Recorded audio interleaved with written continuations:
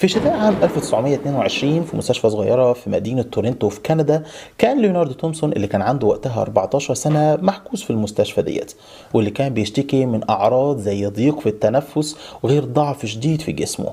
ودوت خلى الدكاترة تحجزه، خاصة وإن هو كان قبل ما يروح المستشفى كان بيشتكي من إنه هو دايما عطشان ودايما بيخش الحمام كتير، غير إنه فقد كتير جدا من وزنه. وبعد فحوصات وبعد أشعة وكشف، الدكاترة صنفوه إنه مصاب بمرض السكر، واللي كان وقتها ملهوش علاج غير إنه هو يمشي على نظام أكل صارم جدا، واللي للأسف كانت بتنتهي بإنه هو أغلب الحالات واللي شبهه بيموتوا.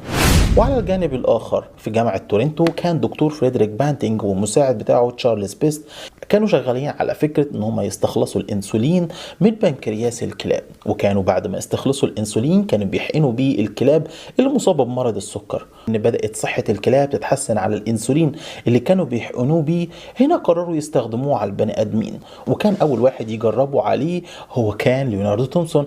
طبعا ده بعد موافقة والده، وبعد ما اخد جرعة ورا جرعة بدأ يتحسن، غير ان هم كمان بدأوا يشتغلوا على الانسولين ان هم يحسنوه وينقوه اكتر، وكانت النتائج كل مرة بتبقى احسن من المرة اللي قبلها. واللي من بعد نجاح تجربتهم في علاج مرض السكر باستخدام الانسولين، بدأت عملية انتاج الانسولين بكميات كبيرة لعلاج البشر. بس كانت بتقابلهم مشكلتين. أول مشكلة وهو عملية استخلاص الأنسولين من بنكرياس الحيوانات زي الأبقار والخنازير، ده بيخلينا ما نعرفش ننتج كميات كبيرة. تاني مشكلة وهي إن بعض الناس كانت بتجيلهم حساسية نتيجة استخدام الأنسولين الحيواني، لحد ما جت سنة 1978 واللي تمكن فيها العلماء من إنتاج أنسولين بشري عن طريق بكتيريا الإشيريشيا كولاي، أو كما تسمى الإي كولاي، عن طريق الهندسة الوراثية اللي كانوا بيحطوا الجين البشري جواها، وبدأ ينتج لنا كميات كبيرة من الانسولين. وفي نفس الوقت طبعا اللي هو انسولين بشري الحساسية بتاعته تكاد تكون معدومة.